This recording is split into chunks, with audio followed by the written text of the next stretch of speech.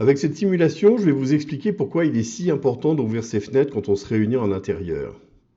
Voici un sujet infecté qui diffuse des aérosols de virus. Dans une pièce fermée, toutes les fenêtres sont fermées.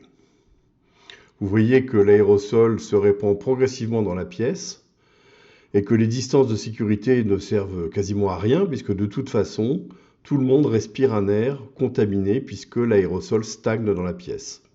Bien sûr, des masques apporteraient une protection, mais si l'on respire longtemps un air chargé d'aérosol, les fuites autour des masques chirurgicaux permettent quand même malheureusement une infection. Voyons ce qui se passe quand on ouvre deux fenêtres du même côté de la pièce. L'ouverture de ces deux fenêtres ne change strictement rien, il n'y a pas de circulation d'air, l'aérosol stagne exactement de la même façon. Une quantité infime s'échappe par les ouvertures.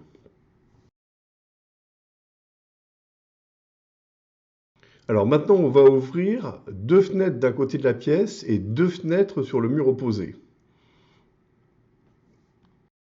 L'air extérieur circule dans la pièce, provoque un mouvement qui dilue l'aérosol et qui l'évacue au fur et à mesure de sa formation.